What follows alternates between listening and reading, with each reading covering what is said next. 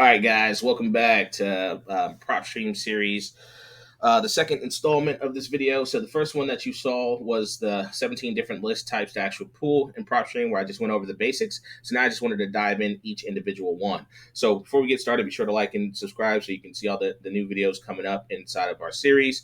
And then also join our free everything data group linked down in the description in order to get direct access to me and other like-minded individuals to kind of ask questions and have Q&As. So I'm not a guru. I'm just doing this business live, and my background's in IT, so I kind of understand things a little bit more about what's going on with some of these data sources. We're also going to be providing some of these services at a later time.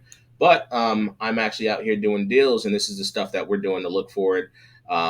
Actual deals and what's working in our cold calling, our SMS campaigns, door knocking, all that stuff. So here we go. All right. So this one is going to be for bad credit. So this is one that a lot of people don't actually talk about, is the bad credit. And I'm not going to lie, shout out to Flip with Rick's channel. Found this one from him. He briefly mentions it though. He doesn't go into a lot of detail on actually, pulling the actual list. He just says this is one of his favorite lists. There's a lot more to it than just pulling the list. You want to list stack it with other kind of things as well. So coming into this, let's go ahead and jump into just any market. I'm out here in Austin, Texas, so this is one I like to use a lot.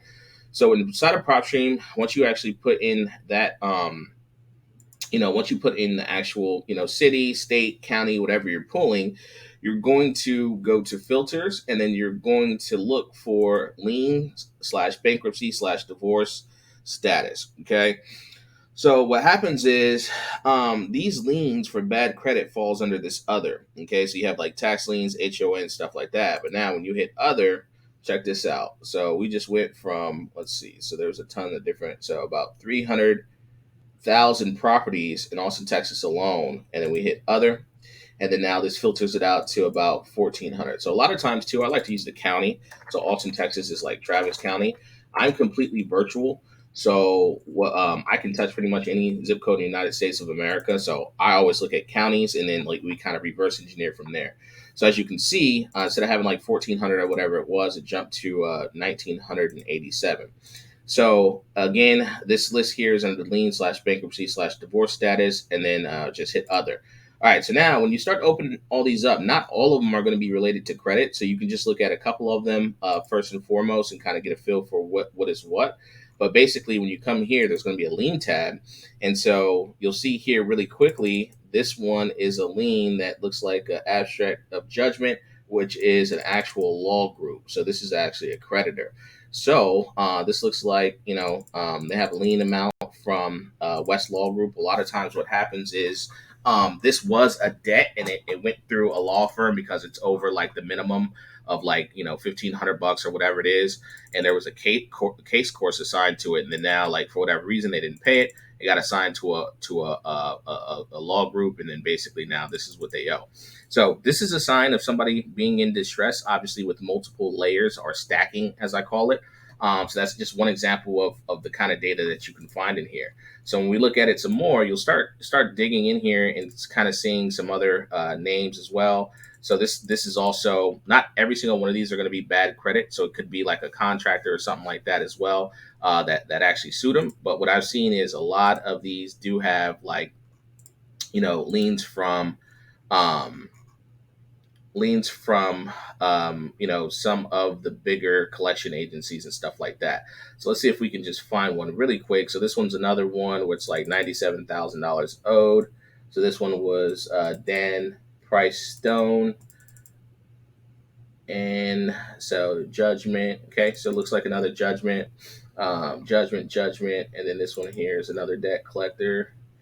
So some of these are civil issues as well, and that's what I've seen a lot from the bad credit ones. But now, just looking through these really quick, let's see if we can find one that's an actual like debt service company.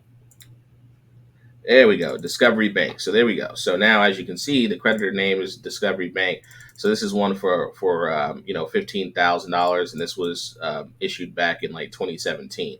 So any of these that have like these liens, like obviously, Propstream doesn't do the best job of like filtering it out. But at the same time, when you pull this large data set, and you layer it with something else, it's going to be good regardless if they also have some other liens that aren't typically like your tax liens or bankruptcies and stuff like that. Because if they owe people money and they have those judgments against them, chances are that they're not really too concerned about their credit. They may have bad credit, and a lot of that stuff comes. Shows signs of distress before like a bankruptcy or whatever the case may be. So this is a cool little filter that you can use, but just like anything else inside of Propstream, it's not just like the end all be all filters. You want to use this in addition to other things as well. And then I always say you want to test, and track and then kind of see what's working and what's not. And then I also always say that you want to be sure that you are pulling smaller data sets before you kind of go in and like pull 20 counties worth of data to where you have a list of like 20,000 and kind of figure out what's working when you layer it, and then come back and after you get some results or you get some positive conversations and stuff like that, to where you kind of find some distressed situations or motivated sellers for whatever reason. Then after using a smaller test sample of the data, you come back and then pull these larger sets and do more of marketing in those data sets. So now this is always going to be a very small data set depending on your market. So the more counties or the more terrain that you're targeting virtually, these are always going to be really big lists that you can pull. For example, my main market's in Western Michigan, and I'm covering 9 to 12 counties alone in that single state on the west side. So if I pulled up this list in those 12 counties, I can easily build a list of 15, 20,000 contacts from this one alone. So keep that in mind. Hopefully this helps. If you have more questions, I'm happy to answer them in more detail in our data group, Everything Data. Be sure to join below. Stay tuned for the next series.